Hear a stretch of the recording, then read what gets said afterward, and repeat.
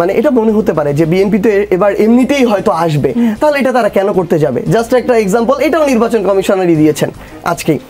1973 সালের নির্বাচনে শেখ মুজিবুর রহমান যদি সারাদিন ঘুমিয়ে থাকতো, আওয়ামী লীগের সময় যদি ঘুমিয়ে থাকতো, তাও তার অধিকাংশ আসন পেয়ে জিততো। তারপরও ক্ষমতার লোভ সামলাতে পারেনি, প্রত্যেকটা জায়গা জেতার লোভ সামলাতে পারেনি দেখে 73 সালে স্বাধীনতা পরবর্তী সময়ে ওই নির্বাচনেও ভোট চুরি হয়েছে। সাবেক সিইসির যে নির্বাচন, এত বড় নির্বাচন, সেটাই আপনারা বিশ্বাস করেননি? তিনি আদালতে গিয়ে যে কথা বলেছেন সেগুলো সব বিশ্বাস কেন করছেন সেই প্রশ্ন আমি সার্জিস আলম, আপনি যেভাবে করে বললেন এতক্ষণ, আগে আওয়ামী লীগের আমলে নির্বাচন সুষ্ঠু হতো না, এখন বিএনপি মাঠে আছে বলে বা বিএনপি ক্ষমতায় যাবে সেই কারণে নির্বাচন সুষ্ঠু না হওয়ার আশঙ্কা দেখা দিয়েছে। তার মানে যতদিন বাংলাদেশে আওয়ামী লীগ বিএনপি আছে নির্বাচনটা তাহলে সুষ্ঠু হবে না। তাহলে সমাধান কি? তাহলে কি আওয়ামী লীগ বিএনপিকে এদেশ থেকে বের করে দিলে কেবলমাত্র সুষ্ঠু নির্বাচন? 8 আগস্ট আমাদের পরাজয় দিবস বলেছেন ডিপ স্টেট, রাজনৈতিক দলগুলো আর কথিত সুশীল সমাজ আমাদের সাথে বেইমানি করেছে।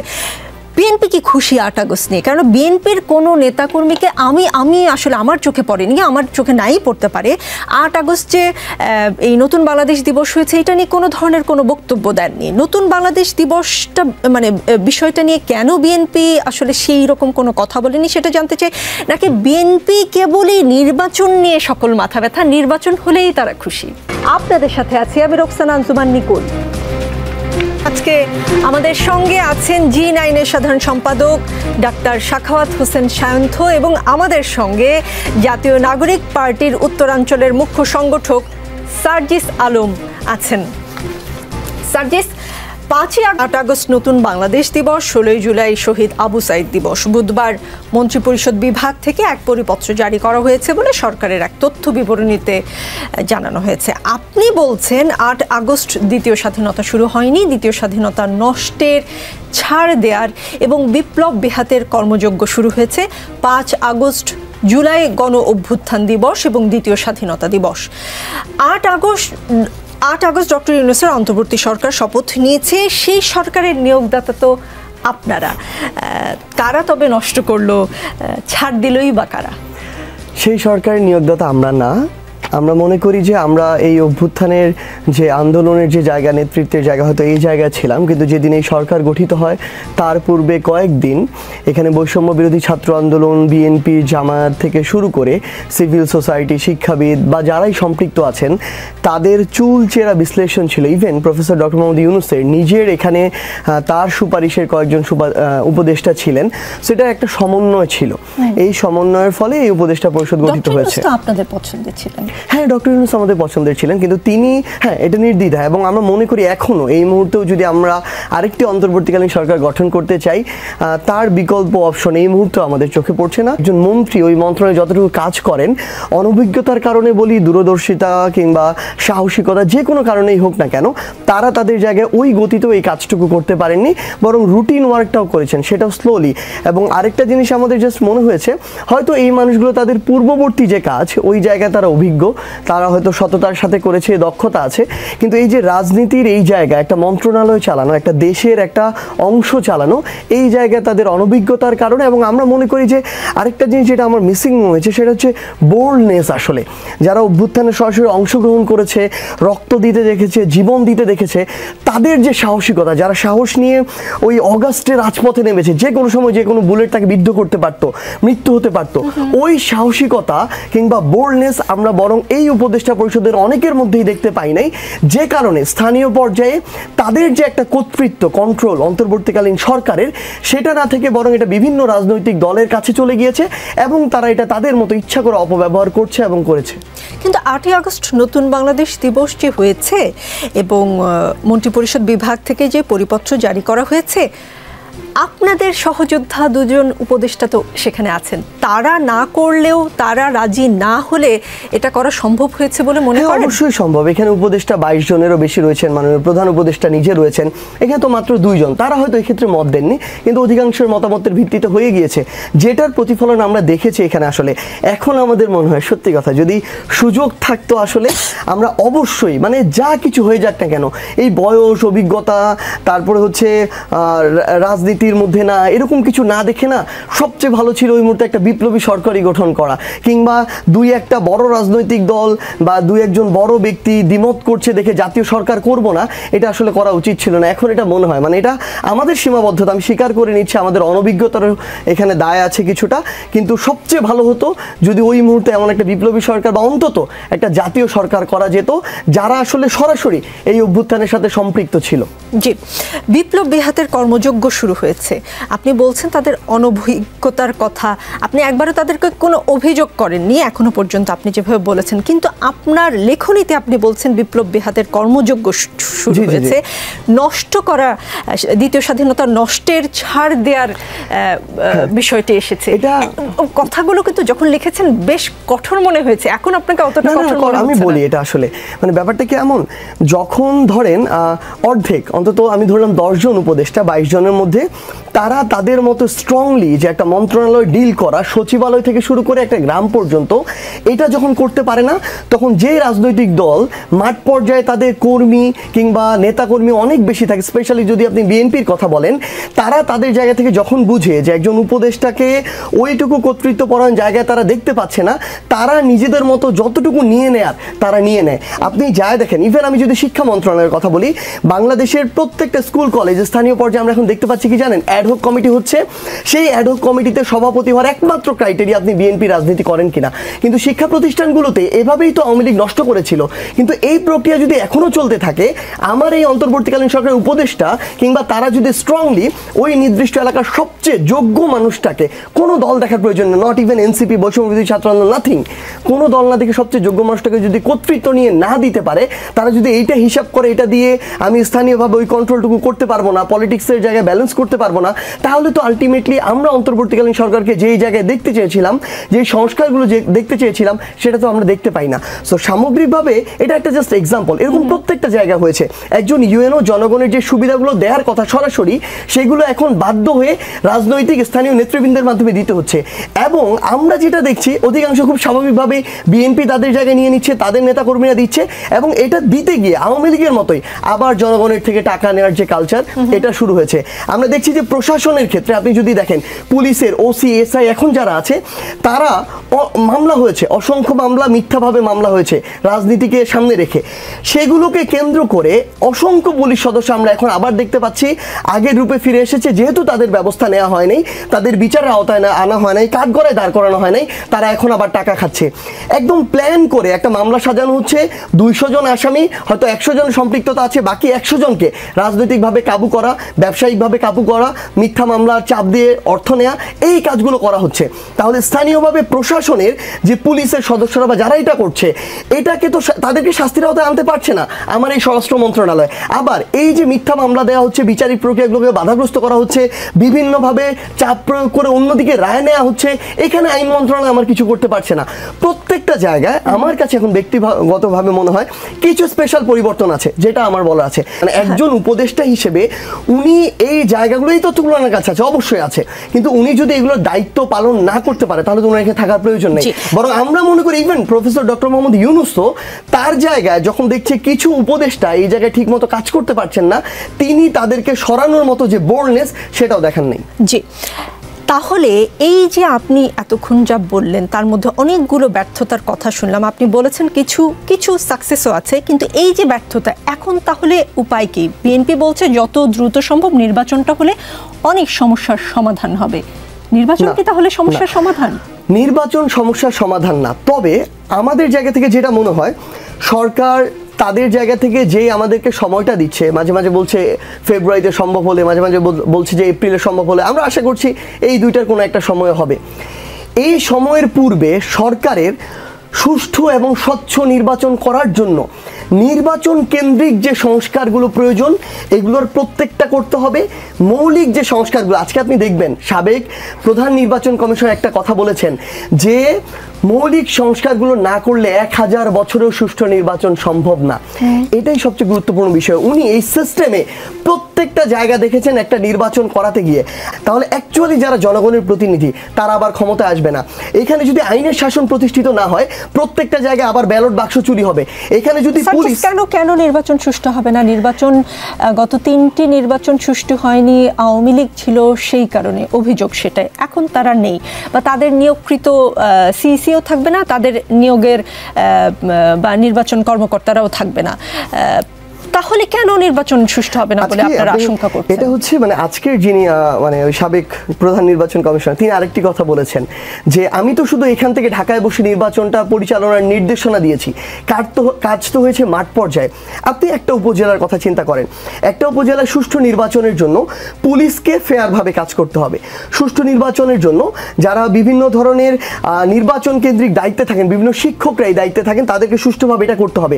নির্বাচন সুষ্ঠু হওয়ার জন্য কোনো একটা ভোট কেন্দ্রে কোনো একটা দল যেন এসে দখলদারিত্ব না করতে পারে, ব্যালট বাক্স চুরি না করতে পারে, অন্য কাউকে ঢুকতে বাধা না দিতে পারে, এই বিষয়গুলো স্ট্রিক্টলি ফলো করতে হবে। আমরা আমাদের জায়গা থেকে এখনই কি দেখছি? আমরা দেখছি আপনি যে কোনো একটা জায়গায় যদি দেখেন, থানাতে অলরেডি কিছুদিন আগে আপনি দেখবেন বিএনপির চট্টগ্রামের একটা ইউনিটের আহ্বায়ক বলেছেন ইউএনও ওসি যদি আমাদের কথা শুনে তাহলে ওসি থাকবে, ইউএনও থাকবে, নাহলে তাদের ইউএনওগিরি ওসিগিরি করা বাদ দিয়ে দিতে হবে। এই কথা স্পষ্ট বলেছে ঢাকা শহর তাদের দখলে থাকবে। না, এটা আপনি যদি দেখেন, এটা কিন্তু পুরো একটা রাজনৈতিক জায়গা থেকে আমি এক্সপেক্ট করবো না যে আমরা 300 আসনের মধ্যে অধিকাংশ আসন পাবো বা 300 আসন পাবো। এটা তো এক্সপেকটেশন যে রাজনৈতিকভাবে ঢাকা শহরে আমাদের নেতৃত্ব থাকবে, আমাদের অংশগ্রহণ সবচেয়ে বেশি থাকবে, আমাদের সমর্থক বেশি থাকবে, এটা এক বিষয়। কিন্তু আপনি যদি বাস্তবতায় দেখেন, মাঠ পর্যায়ে পুলিশ অলরেডি মানে পুলিশ আগ্রহ দেখাক আর না দেখাক, এটা বাধ্য করা হচ্ছে তাদেরকে। বিভিন্ন শিক্ষা প্রতিষ্ঠানে তারা সভাপতি যদি নিয়োগ দেওয়া হয়, যে অ্যাডহক কমিটি যেটা দেওয়া হচ্ছে, বিএনপি ছাড়া কারো লিস্ট উপজেলা থেকে বের হবে না, যদি যায় সেখানে আর অ্যাডহক কমিটি হয় না। এই সভাপতিদের মাধ্যমে যতই অযোগ্য হোক তাদের মাধ্যমে শিক্ষকদেরকে কন্ট্রোল করা হচ্ছে। ওই শিক্ষকরা আমার রিটার্নিং অফিসার থেকে শুরু করে বিভিন্ন অফিসার থাকবে। আরেকটা জিনিস, এটা শুধুমাত্র আমি রাজনৈতিক দলকে দায়ী দিব না, মনস্তত্ত্বের জায়গায় ক্ষমতার আমলাতন্ত্রের সরকারি কর্মকর্তা কর্মচারী হিসেবে যারা এই সংশ্লিষ্ট যে কোনো দায়িত্বে আছে, সেটা আমলাতন্ত্রে হোক, পুলিশে হোক, অন্য যে কোনো জায়গায়, তারা মানে আগেকার যে একটা কালচার ছিল না মনস্তত্ত্বের, ক্ষমতামুখী হওয়া, অলরেডি তারা ক্ষমতার দিকে ঝুঁকে পড়েছে। আমরা দেখছি মানুষজন মনে করে বিএনপিতে এবার ক্ষমতা আসবে, সো তারা বিএনপিকে অলরেডি তোষামোদি করার যে কালচারটা, এটা শুরু করে ফেলেছে। সো আমাদের সন্দেহটা ওই জায়গায় যে স্থানীয়ভাবে অলরেডি তাদের যেহেতু সমর্থক বেশি, স্থানীয়ভাবে যেহেতু তাদের নেতাকর্মী বেশি, তারা ওই স্থানীয় যে কোনো একটা ভোট কেন্দ্রকে প্রভাবিত করা, প্রশাসনকে প্রভাবিত করা সহ সংশ্লিষ্ট যত বিষয় আছে, এই বিষয়টাকে প্রভাবিত করে তাদের জায়গা থেকে তারা নির্বাচনটাকে অস্বচ্ছ বা প্রভাবিত করতে পারে। একটা জিনিস শুধু অ্যাড করবো, মানে এটা মনে হতে পারে যে বিএনপি তো এবার এমনিতেই হয়তো আসবে, তাহলে এটা তারা কেন করতে যাবে? জাস্ট একটা এক্সাম্পল, এটাও নির্বাচন কমিশনারই দিয়েছেন আজকেই। 1973 সালের নির্বাচনে শেখ মুজিবুর রহমান যদি সারাদিন ঘুমিয়ে থাকতো, আওয়ামী লীগের সময় যদি ঘুমিয়ে থাকতো, তাও তার অধিকাংশ আসন পেয়ে জিততো। তারপরও ক্ষমতার লোভ সামলাতে পারেনি, প্রত্যেকটা জায়গা জেতার লোভ সামলাতে পারেনি দেখে 73 সালে স্বাধীনতা পরবর্তী সময়ে ওই নির্বাচনেও ভোট চুরি হয়েছে। সাবেক সিইসির যে নির্বাচন, এত বড় নির্বাচন, সেটাই আপনারা বিশ্বাস করেননি। তিনি আদালতে গিয়ে যে কথা বলেছেন সেগুলো সব বিশ্বাস কেন করছেন সেই প্রশ্ন আমি সার্জিস আলম আমি প্রশ্ন রেখে যে আপনি নিশ্চয়ই উত্তর দিবেন। আপনি যেভাবে করে বললেন এতক্ষণ, আগে আওয়ামী লীগের আমলে নির্বাচন সুষ্ঠু হতো না, এখন বিএনপি মাঠে আছে বলে বা বিএনপি ক্ষমতায় যাবে সেই কারণে নির্বাচন সুষ্ঠু না হওয়ার আশঙ্কা দেখা দিয়েছে। তার মানে যতদিন বাংলাদেশে আওয়ামী লীগ বিএনপি আছে, নির্বাচনটা তাহলে সুষ্ঠু হবে। আমি প্রশ্নটা করে রাখলাম, এসে আমি উত্তরগুলো নিব। তাহলে সমাধান কি? তাহলে কি আওয়ামী লীগ বিএনপিকে এদেশ থেকে বের করে দিলে কেবলমাত্র সুষ্ঠু নির্বাচন? 8 আগস্ট আমাদের পরাজয় দিবস বলেছেন ডিপ স্টেট, রাজনৈতিক দলগুলো আর কথিত সুশীল সমাজ আমাদের সাথে বেইমানি করেছে। বিএনপি কি খুশি 8 আগস্ট নিয়ে? কারণ বিএনপির কোনো নেতাকর্মীকে আমি আসলে আমার চোখে পড়েনি, আমার চোখে নাই পড়তে পারে, 8 আগস্ট যে এই নতুন বাংলাদেশ দিবস হয়েছে এটা নিয়ে কোনো ধরনের কোনো বক্তব্য দেননি। নতুন বাংলাদেশ দিবসটা মানে বিষয়টা নিয়ে কেন বিএনপি আসলে সেই রকম কোনো কথা বলেনি সেটা জানতে চাই। নাকি বিএনপি কেবলই নির্বাচন নিয়ে সকল মাথা ব্যথা, নির্বাচন হলেই তারা খুশি? আপনাকে ধন্যবাদ, এবং আমার সঙ্গে সার্জিস আলোচনায় আছে এবং যারা শুনছেন সবার জন্য শুভেচ্ছা রইল। প্রথমত, বিএনপি একটা দিবস সরকার কি করলো না করলো এটা নিয়ে মাথা ব্যথা, বেশি মাথা ঘামাতে হবে, এটা প্রয়োজন বোধ করে না। এইটা এত বড় কোনো ইস্যু না। বাংলাদেশে একটা গণ অভ্যুত্থান হয়েছে। গণ অভ্যুত্থানের মাধ্যমে একটি ফ্যাসিবাদ সরকারের পতন হয়েছে এবং গণহত্যা করে তারা পালিয়ে গেছে। সেটা যাতে মানুষ ফিরে পায় সেরকম একটা আকাঙ্ক্ষা তৈরি হয়েছে। এখন তা বাস্তবায়নের জন্য কাজ চলছে। বিএনপি ওই আকাঙ্ক্ষা বাস্তবায়নের জন্য ভূমিকা রাখার চেষ্টা করছে। আজকে আমি সার্জিসের কথা শুনে এতক্ষণ ধরে প্রায় 12-13 মিনিট ধরে শুনছিলাম। আমি নতুন সার্জিসকে দেখছিলাম।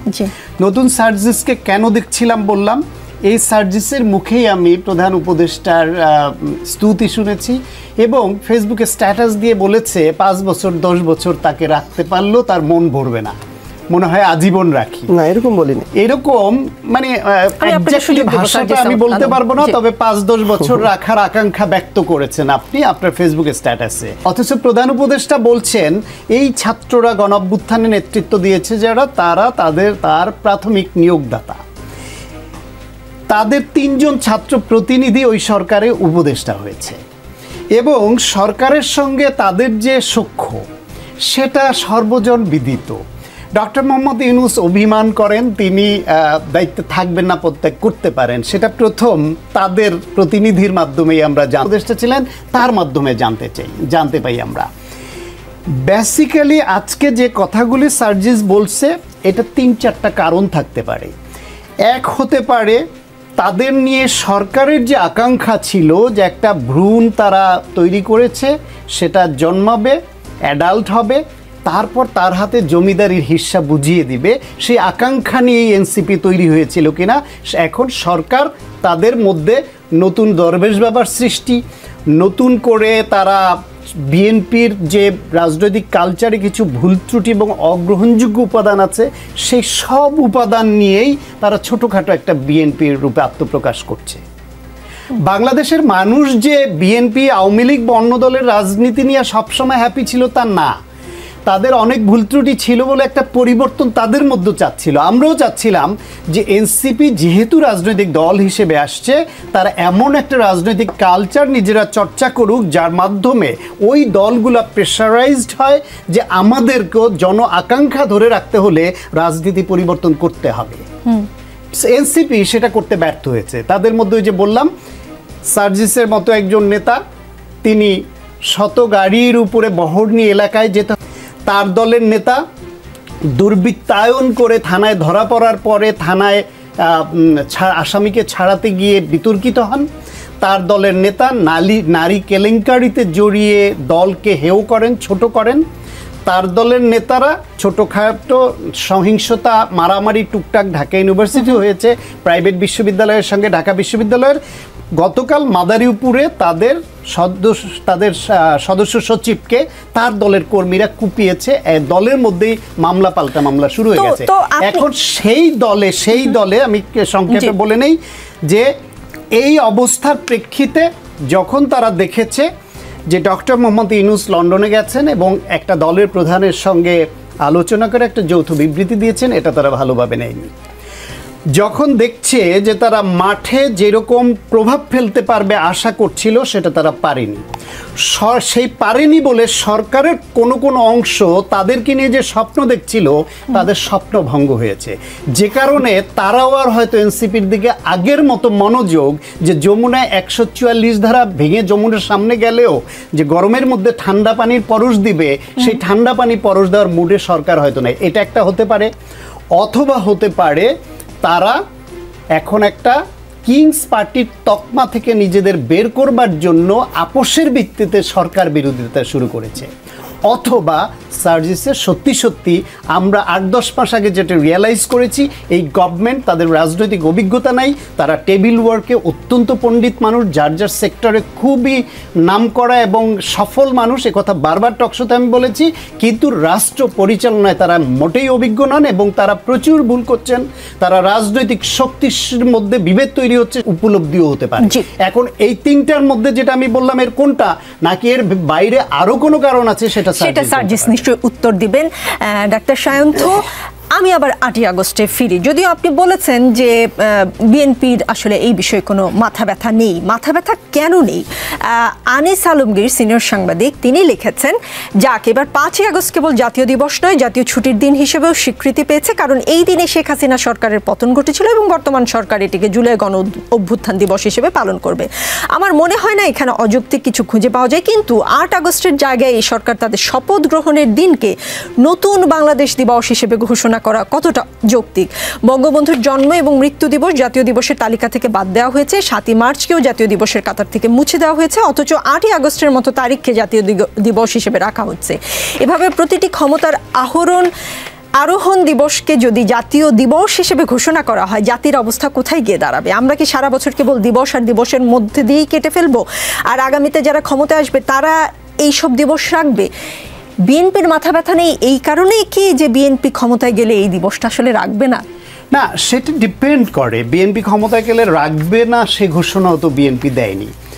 যদি সত্যিকার অর্থে গণ অভ্যুত্থানের যে আকাঙ্ক্ষা, গণ অভ্যুত্থান পরবর্তী যে জন আকাঙ্ক্ষা, গণ অভ্যুত্থান পরবর্তী যে নতুন বাংলাদেশ আমরা চাই, সেই বাংলাদেশ নির্মাণে এই সরকার যদি ভূমিকা রাখতে পারে এবং সত্যি সত্যি বাংলাদেশে যদি এমন একটা গণতন্ত্র প্রতিষ্ঠিত হয়, যেমন সব দল মিলে এখন সংস্কারের জন্য আলোচনা করছে, হতে গিয়ে সব জায়গায় না হলেও কিছু কিছু জায়গায় একমত হবে, যেমন ধরুন 70 অনুচ্ছেদ নিয়ে মোটামুটি সবাই একমত হয়েছে, সেটা তো এগিয়েছে। বিএনপি আগে খুব রিজিড থাকলো, এখন 2 টার্ম বা 10 বছর প্রধানমন্ত্রী থাকতে পারবেন একজনের বেশি না, সেটা কিন্তু মেনে নিয়েছে। এইরকম অনেক কিছুতেই তর্ক বিতর্ক আলাপ আলোচনার মাধ্যমে, সংলাপের মাধ্যমে মেনে নেওয়ার একটা কালচার শুরু হয়েছে। বাংলাদেশের ইতিহাসে রাজনৈতিক সংকট নিরসন আলোচনার টেবিলে হয়েছে, এটা আপনি এর আগে দেখাতে পারবেন না এরকম। অথচ এইবার বাংলাদেশে যখন নির্বাচনের তারিখকে কেন্দ্র করে সরকারের সঙ্গে বাংলাদেশের অন্যতম প্রধান রাজনৈতিক শক্তি বিএনপির যে একটা টানাপোড়েন শুরু হলো, এবং সেটা উৎকণ্ঠা এমন পর্যায়ে গেল যে মানুষ উৎকণ্ঠিত হতে শুরু করলো যে যদি বিএনপির সঙ্গে সরকারের এই ন্যূনতম সমঝোতাটুকু না হয় এবং বিএনপি যদি বাধ্য হয় স্ট্রিট পলিটিক্সে যেতে সরকারের বিরুদ্ধে কর্মসূচি নিয়ে, তাহলে সরকারের সঙ্গে যে দূরত্বটা বাড়বে সেটা কি এক পর্যায়ে পয়েন্ট অফ নো রিটার্নে চলে যায় কিনা? যদি চলে যায় তখন সরকার কি করবে? হয় বিএনপির দাবি মানতে হবে, নিজেদের পরাজয় হয় সেটা তাদের করা উচিত হবে না, তখন তারা পদত্যাগ করতে পারেন। আগে যেমন অভিমান করে বলেছিলেন পদত্যাগ করব, তখন সত্যি সত্যি পদত্যাগ করে বসতে পারেন। যদি এই সরকার পদত্যাগ করে, গণ অভ্যুত্থানের পরে প্রত্যেকটা স্টেক হোল্ডারের সমর্থন নিয়ে বাংলাদেশের ইতিহাসে সবচেয়ে বেশি মানুষের সমর্থন পুষ্ট যে সরকার, তারাই টিকতে পারলো না, যেখানে এই যে এদের মধ্যে ঐক্যের সার্জিস, এই বিএনপির নেতা জামাতের নেতা একমত হবে, এটা তো বিশ্বাসযোগ্য না। তখন কি হবে? ইমার্জেন্সি ছাড়া তো আর পথ থাকে না। সংবিধান, তখন সংবিধান কিভাবে সুরক্ষিত হবে? তখন ক্ষমতাটা কোন পক্ষের হাতে যাবে? সেই পক্ষটা তখন বাংলাদেশে ইন্ডিয়ার যে হারানো আধিপত্য, সেই হারানো আধিপত্য ফিরে পেতে সহযোগিতা করবে কিনা, বাংলাদেশে আবার ফ্যাসিবাদের উত্থান হবে কিনা, ফ্যাসিবাদের আবার যদি ওই সুযোগে আসে, তাহলে এই সার্জিস আজকে কথা বলছে, সার্জিস নিজে নিরাপদ থাকবে? এই বিএনপির নেতারা নিরাপদ থাকবে? জামাতের নেতারা যারা গণ অভ্যুত্থান ঘটিয়েছে, যারা শেখ হাসিনাকে পালাতে বাধ্য করেছে, তারা কেউ নিরাপদ থাকবে? এদেশের গণতন্ত্র উত্তরণ সুষ্ঠুভাবে সম্ভব? সুতরাং ওই উৎকণ্ঠা থেকে একটা মিটিং এবং একটা যৌথ বিবৃতি কিন্তু জাতিকে একটা স্বস্তি দিল। তাহলে ফ্যাসিবাদের পতন এবং তার পরবর্তী নতুন যে সরকারের দায়িত্ব নেওয়া এবং তাদের হাত ধরে যদি গণতন্ত্র উত্তরণ সুষ্ঠুভাবে ঘটে, তাহলে এটা অবশ্যই নতুন বাংলাদেশ দিবস হতে পারে। কিন্তু সেখানে যদি সেটা তারা ব্যত্যয় ঘটায় না পারে, তখন এই এনসিপি বলেন, বিএনপি বলেন, জামায়াত বলেন, অন্যান্য রাজনৈতিক যে স্টেক হোল্ডার যারা আছে, পলিটিক্যাল পার্টিগুলা বা দেশের মানুষই বলবে যে কিসের নতুন বাংলাদেশ সূচনা তারা করেছে, এটা মানি না। শেষ পর্যন্ত জনগণই আসলে সিদ্ধান্ত নিবে নতুন বাংলাদেশ, পুরাতন বাংলাদেশ নাকি আগামীর বাংলাদেশ। ঐকমত্য কমিশন নির্বাহী বিভাগকে দুর্বল করতে বেশি সক্রিয়, বলেছেন অতীতে একজন স্বৈরাচার তৈরি হয়েছিল বলে নির্বাহী বিভাগকে ধ্বংস করা যাবে না, বরং শক্তিশালী তত্ত্বাবধায়ক গঠন করতে হবে, যার মাধ্যমে ক্ষমতার ভারসাম্য রক্ষা ও গণতন্ত্র নিশ্চিত হবে। বিএনপি সংস্কার চায়, কিন্তু কোনো বিভাগকে দুর্বল করতে চায় না। বিএনপি মনে করে প্রধানমন্ত্রীর মেয়াদকাল নির্ধারণ করে দেওয়া হলে জাতীয় সাংবিধানিক কাউন্সিল বা এর পরিবর্তে সাংবিধানিক ও সংবিধিবদ্ধ প্রতিষ্ঠানের নিয়োগ কমিটির কোনো প্রয়োজন নেই। ঐক্যমত্যটা এখন এই জায়গায় এসে স্টাক হয়ে আছে। আপনারা কেন এমন কমিটি চান বা এমন কমিটির প্রয়োজন অনুভব করেন? আপনারা এবার কিছুতেই ক্ষমতায় যাবেন না, সেই জন্য কি নির্বাহী বিভাগ দুর্বল হয়ে গেলেও আপনাদের কোনো সমস্যা নাই? মানে আমরা এবার কিছুতেই যাব না, কিন্তু আমরা তো প্রত্যাশা করি আমরা একসময় যাব।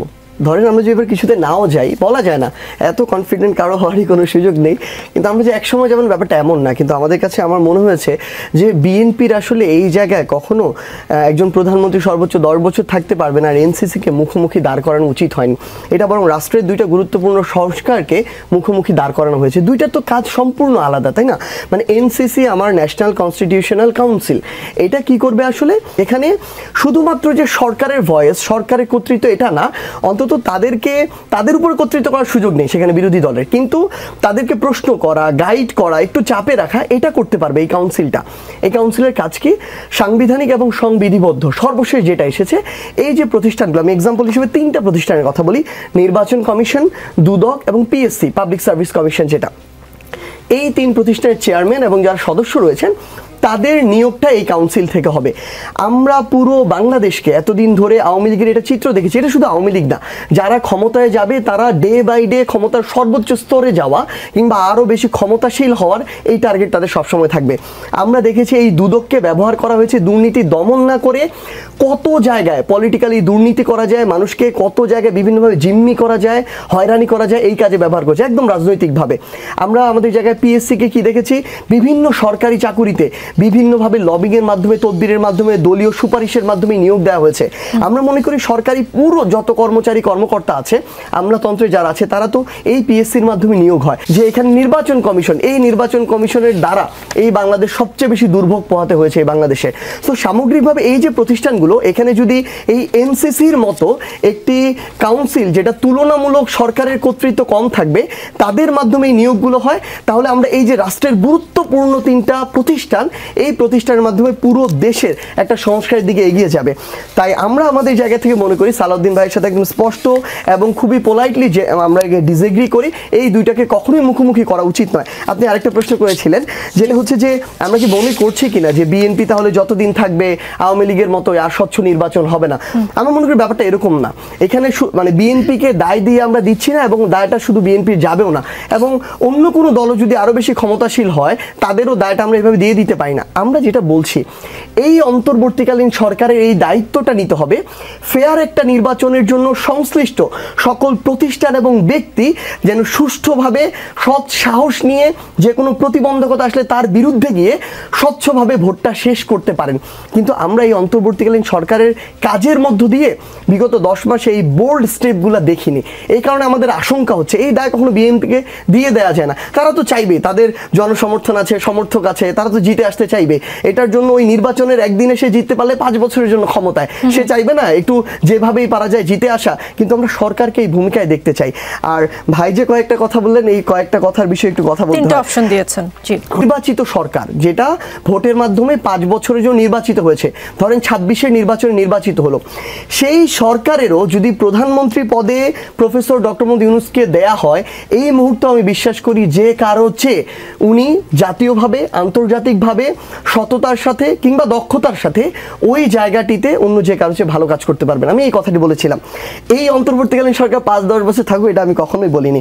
আরেকটা জিনিস কি, মানে এই যে ভাই অনেকগুলো উদাহরণ দিয়েছেন, আমাদের 4টা উদাহরণ বলেছেন, শত গাড়ির মিছিল, যেটা আমার ক্ষেত্রে বলেছেন 100 কোটি টাকার দরবেশ, নারী কেলেঙ্কারি, থানায় যাওয়া। এখন কিছু স্পষ্ট করি, উনি আমাদের এই 10 মাসের এনসিপি বা বৈষম্যবিরোধী ছাত্র আন্দোলন, জাতীয় নাগরিক কমিটি যারা ছিল তাদের মোটা দাগে এরকম 4টা এনেছেন। বিশ্বাস করুন, আমি যদি এখানে বলা শুরু করি, মানে এরকম মোটা দাগের গুলো না, জাস্ট অন এন অ্যাভারেজ বলতে থাকি, আমি অন্তত এরকম 4000 বলতে পারবো যেটা 10 মাসে হয়েছে বিএনপির। বাট ফ্যাক্ট হচ্ছে, আপনি দেখেন, ধরেন আমার গাড়ির সময় আমি যখন বাসায় যাই, ওই একবারই যেটা হয়েছিল 100 ওইখানে গাড়ি ছিল। এটা এর আগে অসংখ্য কালচার দেখেছি, আমার এখন মনে হয়েছে যে আমার এটা আসলে করা উচিত হয়নি, এটা অন্যভাবে যেতে পারতাম, এটা আমি নিজেকে সংশোধন করেছি। কিন্তু এটা করতে গিয়ে আমি কোথাও চাঁদাবাজি করেছি, কারো কাছে আমি চাপ দিয়ে টাকা নিয়েছি, আমি কোথাও মানে কাউকে বাধা দিয়ে কিংবা কারো কাছে জোর করে কোনো অর্থ নিয়েছি, কারো কাছে গাড়ি নিয়ে ভাড়া দেয়নি, এরকম কোনো কিছু এসেছে? আমার ওই সময় হয়তো বা চিন্তাটাই সীমাবদ্ধতা ছিল যে আমি পারিবারিকভাবে ম্যানেজ করে এই কাজটা করেছি, কিন্তু আমার মনে হচ্ছে আমার সংশোধন করা দরকার। উনি বললেন 100 কোটি টাকা দরবেশ।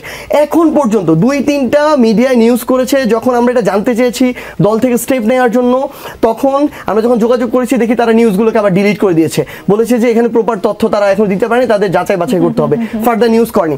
আমরা আমাদের এনসিপির পক্ষ থেকে তদন্ত কমিটি করে দিলাম অস্থায়ীভাবে তাকে বহিষ্কার করে। এখন পর্যন্ত ওই কমিটি যে কাজ করছে এইটার যে সংশ্লিষ্টতা ক্লিয়ার কোনো এভিডেন্স তারা কালেক্ট করতে পারে না বলে রিপোর্টও দিতে পারছে না, তার চেষ্টা চালিয়ে যাচ্ছে। কিন্তু আপনি যদি মানে প্রত্যেকটা জায়গায় আমরা এটা করার চেষ্টা করছি, কিন্তু আপনি যদি অপোজিট সাইডে দেখেন, আমি জাস্ট লাস্ট 5 দিনের আপনাকে 5-6টা যদি নিউজ বলি, অটো স্ট্যান্ড একদম হেডলাইন, মানে নিউজের সরাসরি হেডলাইন, অটো স্ট্যান্ড দখল করতে গিয়ে বিএনপির 2 পক্ষের সংঘর্ষ, একজনকে কুপিয়ে হত্যা, সিলেটে 2000 কোটি টাকার পাথর লুটপাট, 14 বছরের বাচ্চা মেয়েকে বিয়ে দিতে রাজি না হওয়ায় এক বিএনপি নেতা মেয়ের বাবাকে তুলে নিয়ে গিয়ে পিটিয়ে খুন করেছে।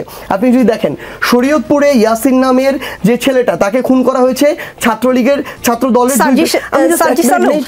হয়তো আপনি 4000 অভিযোগ ঠিকই আনতে পারবেন, কিন্তু 1 বছরও হয়নি যে দলটি গঠিত হয়েছে, সেই দলটির বিরুদ্ধে যদি 4টি অভিযোগ হয়, 30 বা 40 বছরের পুরনো দলের বিরুদ্ধে 4000 অভিযোগ আসাটা স্বাভাবিক কিনা সেটা আমি শুনবো।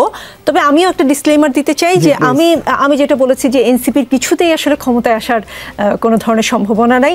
এটা হয়তো হবে, প্রশ্নটা হয়তো এমনভাবে হতে পারতো যে এনসিপির এবার ক্ষমতায় আসার সম্ভাবনা খুবই ক্ষীণ।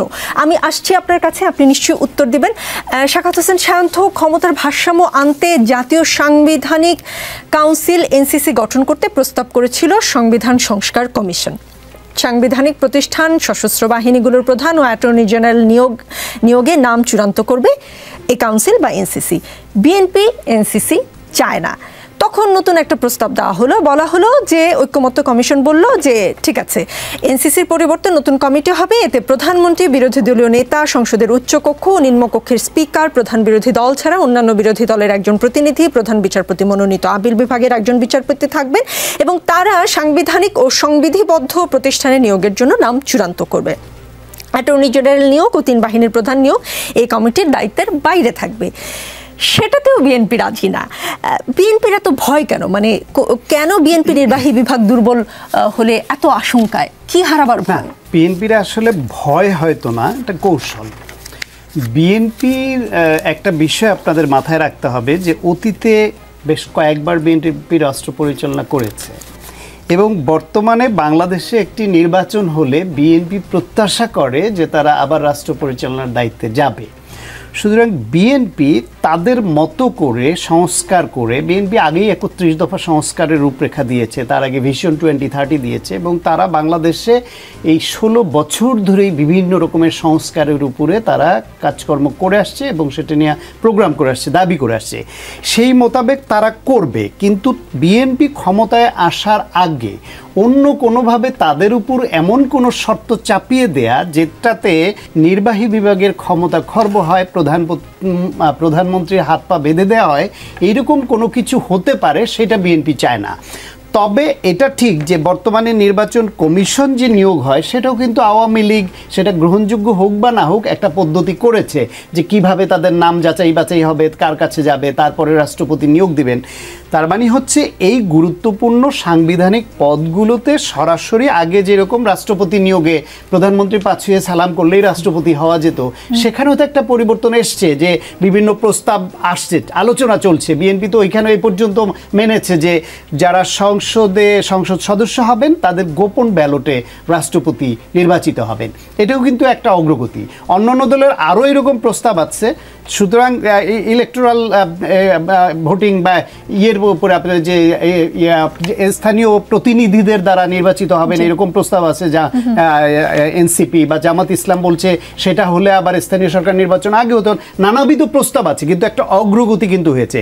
ঠিক একইভাবে এই সাংবিধানিক প্রতিষ্ঠানগুলো একটু মাঝখানে বলি, অগ্রগতি মনে হচ্ছিল যে 10 বছরের বেশি কেউ প্রধানমন্ত্রী থাকতে পারবে না, এটা বিএনপি মেনে নিয়েছে, কিন্তু শেষ পর্যন্ত এই বিষয়ে আসলে ঐক্যমত্য হয়নি।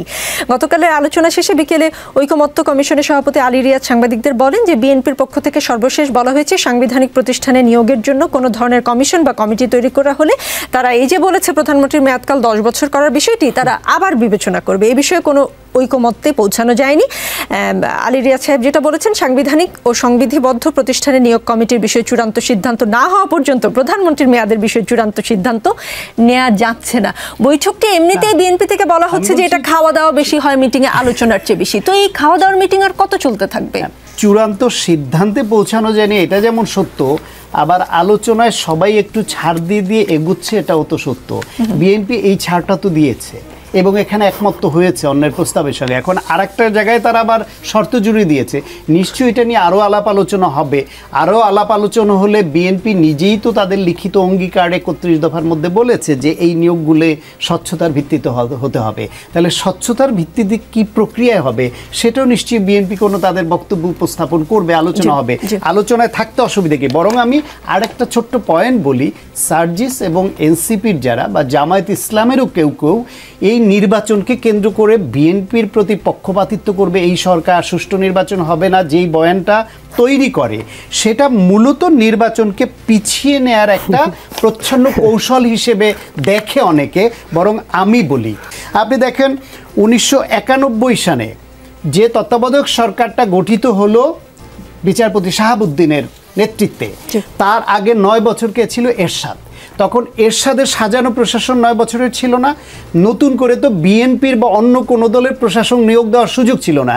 সেই পুলিশ, সেই আমলা, সেই ডিসি তাদের মধ্যেই প্লাস মাইনাস করে এদিক ওইদিক করে রিসাফল করে নির্বাচন করে 91 নির্বাচনে বিএনপি ক্ষমতায় আসলো না। সুতরাং সরকারের চাওয়া। আর একটা উদাহরণ দেই, 1996 সালের জুনের নির্বাচন, 5 বছর বিএনপি থাকলো, তারপর একটা নির্বাচন করলো ফেব্রুয়ারিতে। সেই প্রশাসন দিয়েই তত্ত্বাবধায়ক সরকার যে নির্বাচন করলো, 21 বছর পর আওয়ামী লীগ আসলো। 2001 সালে আওয়ামী লীগ 5 বছরে 21 বছর পরে এসে এমনভাবে প্রশাসন সাজালো এবং তারা ঘোষণাই দিল তাদের ক্ষমতা থেকে আর কেউ নামাতে পারবে না। সেই যে তত্ত্বাবধায়ক সরকার লতিফুর রহমান সাহেবের হলো, তিনি এসে প্রথম রাতেই এসে হোমওয়ার্ক করে 31 জন ডিসি সচিবকে বদলি করে দিলেন পরের দিন। মেসেজ ইজ ক্লিয়ার যে আমরা যেরকম চাই প্রশাসন ওই রকম চলতে হবে। চাইলে সুষ্ঠু নির্বাচন। বেশ কিছু সংজ্ঞা শুনেছি। প্রধান উপদেষ্টা প্রেস সচিব শফিকুল আলম বলেছেন, আগের আমলের সাংবাদিকদের ব্যর্থতার কারণে মব তৈরি হচ্ছে। বিগত সরকারের আমলে যারা এফেক্টেড হয়েছে তারাই মব করছে, কিন্তু আমি এটাকে মব বলবো না, এটা হলো প্রেশার গ্রুপ। হাসনাত আব্দুল্লাহ, আপনার সহকর্মী, তিনি বলেছেন মব এবং জনরোষের পার্থক্য আছে। কোনো অন্যায়ের জন্য কোনো ব্যক্তির নিজস্ব স্বার্থে যদি লক্ষ্য উদ্দেশ্য নাই, এরকম একটা বিক্ষুব্ধ জনগোষ্ঠীকে একসঙ্গে করে স্বার্থ হাসিলের চেষ্টা করে, সেটা হচ্ছে মব। যারা এই বাংলাদেশকে ধ্বংস করেছে, কেউ অস্ত্র দিয়ে ধ্বংস করেছে, কেউ কলম দিয়ে, কেউ মগজ দিয়ে, এই ধ্বংসের বা এই খুনের বৈধতা উৎপাদন করেছে। যারা টকশোতে এসে খুনের বৈধতা উৎপাদন করেছে, তাদের বিচার কিভাবে করবেন? তাদের বিচারটা যেহেতু সরকার করতে পারে নাই, সেই জনরোষের ফলাফল এটা, আমি এটাকে মব মানতে রাজি না, তিনি বলেছেন। আর বিএনপির ভারপ্রাপ্ত চেয়ারম্যান তারেক রহমান বলেছেন, এখন মব জাস্টিস নামে এক হিংস্র উন্মাদনা মানবতার শত্রু হয়ে দাঁড়িয়েছে। এটি গণতান্ত্রিক সংস্কৃতি গড়ে তোলার পরিবেশকে বিপন্ন করবে। মবের নানা ধরনের সংজ্ঞার মধ্যে কোন সংজ্ঞাটি আপনার সবচেয়ে জনবান্ধব মনে হয়েছে আর কোন সংজ্ঞাটি সবচেয়ে মব বান্ধব মনে হয়েছে? দেখুন, মানে জনবান্ধব, মব বান্ধব, এটা ডিফাইন করার আগে আমাদের একটু পার্সপেক্টিভে যাওয়া দরকার। যে 5ই আগস্টের পরে মানে বাংলাদেশের মানুষের তো মানে এটা কখনো বাংলাদেশের মানুষ প্রত্যাশা করেনি যে আমার নির্দিষ্ট একটা অফিসে গিয়ে আমার এই সাংবাদিকের বিরুদ্ধে কথা বলতে হবে। বাংলাদেশের মানুষ তো এটা চায় নাই যে আমার কোনো একটা অফিসে গিয়ে যে এই অফিসের সবচেয়ে বড় দুর্নীতিবাজ তাকে সরাতে হবে। আমরা তো এটা কখনো চাই না। স্থানীয় সরকারের যেই প্রকৌশলীর মানে 5,000 কোটি টাকার সম্পদের তথ্য পাওয়া যায়, তাকে গিয়ে আমার ওইখান থেকে বহিষ্কার করতে হবে। কিংবা যেই ভূমি অফিসের একজন কর্মকর্তার অন্তত 500 কোটি টাকা থাকে, তাকে যে ওইখান থেকে সরাতে হবে, এরকম দেখেছি। অন্তর্বর্তীকালীন সরকার, আপনি বলেন একটা অন্তর্বর্তীকালীন সরকার একটা মানুষের যখন দেয়ালে পিঠ থেকে যায়, পুরো একটা দেশের মানুষের, তখন এমন একটা গণঅভ্যুত্থান হয়। তাহলে যাদের অত্যাচার, নির্যাতন, নিপীড়ন, এই যে হাজার হাজার সরকারি কর্মকর্তা, কর্মচারী বা বিভিন্ন জায়গায় যারা আছে, যাদের অত্যাচার নির্যাতনে মানুষ শেষ পর্যন্ত দেয়ালে পিঠ থেকে গিয়ে একটা গণঅভ্যুত্থান করলো, হাজারের উপরে মানুষ জীবন দিল, এই মানুষগুলোকে কি সরানো হয়েছে? আমরা এখন পর্যন্ত অন্তর্বর্তীকালীন সরকারের থেকে এই 10 মাসে এরকম 1000 মানুষের একটা লিস্ট পেয়েছি যেই মানুষগুলোকে তারা তাদের জায়গা থেকে স্থায়ী বহিষ্কার করেছে এবং শাস্তির আওতায় এনেছে, আমরা পাইনি। কিন্তু কেন আজকে 10-11 মাস পরে গিয়ে এই প্রধান নির্বাচন কমিশনার যারা বিএনপির রাজনীতির যে একটা সাংগঠনিক জায়গা এটাকে ভেঙে দিয়েছে একদম প্ল্যান করে, আওয়ামী লীগকে যারা সহযোগিতা করেছে, যারা বাংলাদেশের মানুষের সবচেয়ে বড় গণতান্ত্রিক অধিকারটা কেড়ে নিয়েছে, এই যে একটা রাজনৈতিক মানে দলগুলো নিজেদের মতো করে এই যে একটা নির্বাচন কমিশনকে ব্যবহার করলো, সেই নির্বাচন কমিশনের প্রধান নির্বাচন কমিশনারকে কেন 10-11 মাস পরে গিয়ে মানুষের রুম থেকে টেনে নিয়ে আসতে হয়? এই কাজ কি অন্তর্বর্তীকালীন সরকারের ছিল না? সো আমাদের জায়গা থেকে আমরা এটা প্রত্যাশা করি না যে এমনভাবে, শেষ করে একটু, যে এমনভাবে কিছু হবে এটা আমরা প্রত্যাশা করি না। কিন্তু এই যে কাজগুলো, এই দায়, এই কাজগুলো পূর্বেই করার ছিল এবং এই দায়গুলো না সরকারও কখনো এড়াতে পারে না। আপনাকেই প্রশ্ন করবো, আমি একটা প্রশ্ন করে বরঞ্চ, যেহেতু সময় কম আমি আসলে দ্রুত প্রশ্নগুলোর উত্তর নিতে চাই। গণ অভ্যুত্থানে অংশ নেওয়া বেসরকারি বিশ্ববিদ্যালয়ের শিক্ষার্থীদের প্রাইভেট ঐক্য নামে নতুন প্ল্যাটফর্মের আত্মপ্রকাশ হয়েছে আজ। 151 সদস্যের কমিটি ঘোষণা করা হয়েছে। 18 জুলাইকে প্রাইভেট দিবস হিসেবে সরকারি স্বীকৃতির দাবি জানিয়েছে তারা। খুব কমন কথা শুনতে পাই, আমি জানি না আপনার কানে গিয়েছে কিনা, আন্দোলনের পর প্রাইভেট বিশ্ববিদ্যালয়ের শিক্ষার্থীরা পড়ার টেবিলে ফিরল, চাকরির বাজারে কম্পিট করলো, কিন্তু এই সার্জিসরা যে চাকরির কোটার জন্য লড়াই শুরু করলো তারাই আর চাকরির পরীক্ষা দিল না, পড়ার টেবিলে ফিরল না। এমন মন্তব্য প্রশ্নের মুখোমুখি আপনি হয়েছেন কিনা? না, এরকম দেখেন, মানে মুখোমুখি হওয়া হয়নি, কিন্তু কমেন্টে আমরা এরকম অসংখ্য দেখেছি। মানে একটা জিনিস কি মনে হয়, একদম ফ্র্যাঙ্কলি স্পিকিং, বিগত 10 মাসে যেটা দেখেছি বাংলাদেশের প্রত্যেকটা জায়গায়, প্রত্যেকটা রাজনীতির জায়গা বলেন, সিভিল সার্ভিসের জায়গা বলেন, গণমানুষের জায়গা বলেন, প্রত্যেকটা জায়গায় জাস্ট মানুষগুলো, যেই মানুষগুলো ভাগ বাটোয়ারা পায়, অংশ পায়, যেই মানুষগুলো চালায়, এই মানুষগুলো পরিবর্তন হয়েছে। কিন্তু এই যে পুরো এস্টাবলিশমেন্ট যেটা ছিল, যে এস্টাবলিশমেন্টেই করাপ্টেড, যেটার কারণেই বাংলাদেশের এত ভুক্ত হলো, জনগণকে এত ভুক্ত হলো, এটা ঠিক ওইভাবেই আছে। নেগোসিয়েশনটা আগে হয়তো ছিল 80-20, এখন হয়ে গেছে 20-80। জাস্ট দেশের বাইরে, ভারতে থেকে হোক, ইউকেতে থেকে হোক, তারা তাদের ভাগটা পেয়ে যাচ্ছে, এইটুকুই হয়েছে। আমরা সার্জিস, হাসনাত, নাহিদ, আসিফরা যদি এখান থেকে চলে যাই কিচ্ছু হবে না। জাস্ট কোন জিনিসটা হবে জানেন? সেটা হচ্ছে এই যে এস্টাবলিশমেন্টটা আবার সেমভাবে গড়ে ওঠার ট্রাই করছে, তাদের এগেনস্টে যে কিছু মানুষ ভয়েস রেইজ করছে, কথা বলার চেষ্টা করছে, এই কথা বলাটা থেমে যাবে, আগের মতো সুশৃঙ্খলভাবে এটা চলতে থাকবে। জাস্ট আমরা যদি এখনও আমাদের জায়গা থেকে যেই বলেন না কেন আমরা এটা ছেড়ে দিয়ে যদি চলে যাই, বিশ্বাস করেন আমাদের ফ্যামিলি মানে হাজার হাজার শুকরিয়া করবে যে আমরা এখান থেকে চলে গিয়েছি। কারণ আমাদের যে আর ব্যক্তিগত লাইফ ছিল, এটা আর আমাদের ব্যক্তিগত আর লাইফ নাই। সবাই মানে তাদের জায়গা থেকে মানে এটা মনে করে যে তারা এখন যতটা মানে একটু হলেও শান্তি চায় এবং চায় যে আমরা এগুলো থেকে সরে যাই, কিন্তু আমরা চাইলেও সরতে পারি না। ওই একটা দায়বদ্ধতা থেকে আমরা ডাক দিয়েছি, মানুষ নির্বিচারে নিজের জীবন, পরিবার কিচ্ছু না চিন্তা করে রাস্তায় নেমেছে, একজনের পর একজন জীবন দিয়ে চলে গিয়েছে। সো আমরা তো আমাদের চোখে দেখতে পাচ্ছি যে এই যে এস্টাবলিশমেন্ট আবার গড়ে ওঠার চেষ্টা করছে, আমাদের জীবন দিয়ে হলো এটা দায়বদ্ধতা নিজের বিবেকের কাছে যে এটার বিরুদ্ধে আমাদের দাঁড়াতে হবে। আরেকটু ভাই যেটা বললেন, আমার দুইটা জায়গায় জাস্ট উত্তর দিতে হবে। যে কোনো কিছুতেই তারা নির্বাচন পিছিয়ে যাওয়ার কৌশল দেখছেন। যখন প্রধান উপদেষ্টা জুনে বলেছেন কিচ্ছু বলি নাই আমরা, এপ্রিলে বলেছেন কিচ্ছু বলি নাই, ফেব্রুয়ারিতে বলেছেন তখনও কিচ্ছু বলি নাই, তাহলে বারবার এই জিনিসটা যখন টানা হয় আমরা মনে করে নিব যে তাদের এই যুক্তিগুলোর এগেনস্টে কিছু বলার মতো অন্য কোনো এক্সকিউজ আর নাই।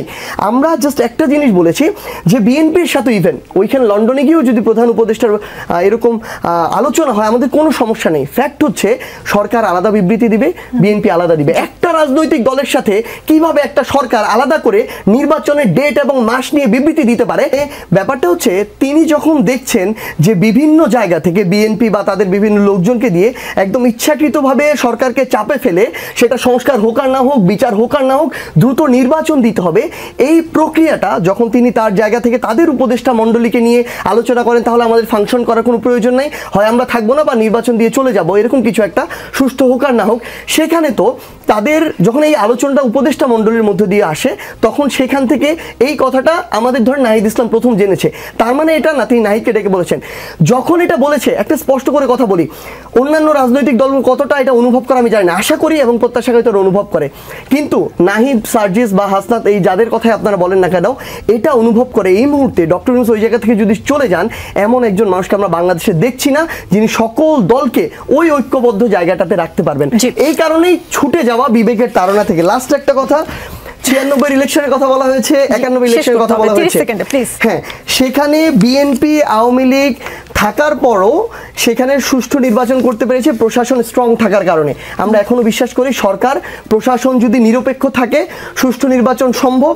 তবে বিএনপি আর আওয়ামী লীগ মাঠ পর্যায়ে সাংগঠনিকভাবে তখন সমান শক্তিশালী ছিল, তো এই কারণে আরেকটা চাইলে অত বেশি প্রভাবিত করতে পারেনি। কিন্তু বিএনপি এবার সৌভাগ্যক্রমে একটা সুযোগ পেয়ে গিয়েছে পর্যায়ের কিছু নেতাকর্মী যারা কখনো দলের আদর্শ চিন্তা করে না, যারা কখনো শহীদ জিয়ার আদর্শ চিন্তা করে না। সময় নাই, কিন্তু এই প্রশ্নটা আমি ভবিষ্যতের জন্য তুলে রাখলাম যে আপনি যেভাবে বলছেন যে এত শক্তিশালী বিএনপি একটা একতরফা নির্বাচন হয়ে যাবে কিনা এই প্রশ্ন এখন যেমন আমি এই প্রশ্ন বলছি, এখন যেমন প্রশ্ন তোলা হয় বিএনপিকে ছাড়া গত 3টি নির্বাচন হয়েছে, একতরফা নির্বাচন হয়েছে, সেখানে কারচুপি হয়েছে। এই যে আগামী নির্বাচনটা হবে আওয়ামী লীগকে ছাড়া, শেখ হাসিনাকে সরাতে ঐক্যবদ্ধ ছিল, কিন্তু কি ধরনের সরকার তারা চায় সেই বিষয়ে ঐক্য নেই। প্রত্যেকে চায় তার নিজের মতামতই দেশের সবাই মেনে নিক, আর তাতেই সমস্যা তৈরি হচ্ছে। এখন সেই লোকজনের মধ্যেই দ্বন্দ্ব দেখা দিচ্ছে যারা আগে ঐক্যবদ্ধ ছিল। প্রত্যেকে চায় তার নিজের মতামতই দেশের সবাই মেনে নিক। এটা স্বৈরাচারী আচরণ না? না, এটা স্বৈরাচারী আচরণ না। মানে যেটা বলেছেন এটা রিয়ালিটি, এইটা হচ্ছে। তবে আগে শুরুতেই বলেছি রাজনৈতিক দলগুলি তার স্বার্থ তার অবস্থান অক্ষুণ্ণ রেখে তার পদ্ধতিতে দেশের মানুষকে সেবা দিতে চায়। এটা তার কৌশল, এটা তার আদর্শিক অবস্থান, এটা তার সব কিছু মিলিয়ে তাদের রাজনৈতিক অবস্থান। এটা দোষের না। এই কৌশলের মাধ্যমে রাজনীতি একটা কৌশলের খেলা, সুতরাং এটা হবে। সেইখানে সরকারের তরফ থেকে এদের ঐক্যবদ্ধ রাখবার জন্য যে অভিভাবক সুলভ আচরণ দরকার ছিল, যেটা আমরা দেখেছি শুধুমাত্র তারা যখন কোনো বড় ক্রাইসিসে পড়ে, যখন চিটাগাংয়ে সাম্প্রদায়িক দাঙ্গা তৈরির উস্কানি দিল, হিন্দুদেরকে ব্যবহার করলো ইন্ডিয়া এবং আওয়ামী লীগ, তখন তাদের প্রয়োজন হয়েছিল সব দলকে ডেকে ঐক্যবদ্ধ করার, তখন হলো। সুতরাং তারা যখন এরকম ক্রাইসিসে পড়ে তখন তারা সবাইকে ডাকে, কিন্তু সবাইকে এক রাখবার জন্য, দেশকে এগিয়ে নেবার জন্য যে অভিভাবক হিসেবে তাদের যে দায়িত্ব পালন করবার কথা, এইটা এই সরকার করছে না। জি সার্জিস, বিডিআর হত্যাকাণ্ড ঘটানো, শাপলা ব্যাসাকার ঘটানো, জুলাই গণহত্যা ঘটানো, রাষ্ট্রযন্ত্রকে ব্যবহার করে বাংলাদেশের বিদ্যমান রাজনৈতিক দলের মেরুদণ্ড ভেঙে দেয়া, এবং সবচেয়ে গুরুত্বপূর্ণ হচ্ছে জনগণের সকল গণতান্ত্রিক অধিকারকে জিম্মি করা আওয়ামী লীগ, গণহত্যাকারী আওয়ামী লীগ নির্বাচনে অংশগ্রহণ করলো কি করলো না, না করলে ফেয়ার হবে না, এই প্রশ্নটাই 24-এর অভ্যুত্থানের পরে বাংলাদেশে প্রাসঙ্গিক নয়। এই প্রশ্ন তোলাটাই আমরা মনে করি নৈতিকতার জায়গায় একটা প্রশ্ন হয়ে দাঁড়ায়। জি, বিএনপি স্থায়ী কমিটির সদস্য সালাউদ্দিন আহমদ বলেছেন জাতীয় ঐকমত্য কমিশনের পক্ষ থেকে চলা সংস্কার কার্যক্রমে আলাপ আলোচনার চেয়ে খাওয়া দাওয়া বেশি হচ্ছে, কিন্তু বিএনপি বিশ্বাস করে চূড়ান্তভাবে আমরা একটি ঐকমত্যে পৌঁছাতে পারবো। জনগণও হয়তো দ্রুতই আলাপ আলোচনা শেষ করুক, রাজনীতিবিদরা সেটাই চায়, কেননা খাওয়া দাওয়া যা হচ্ছে তার বিল তো জনগণের টাকাতেই হচ্ছে।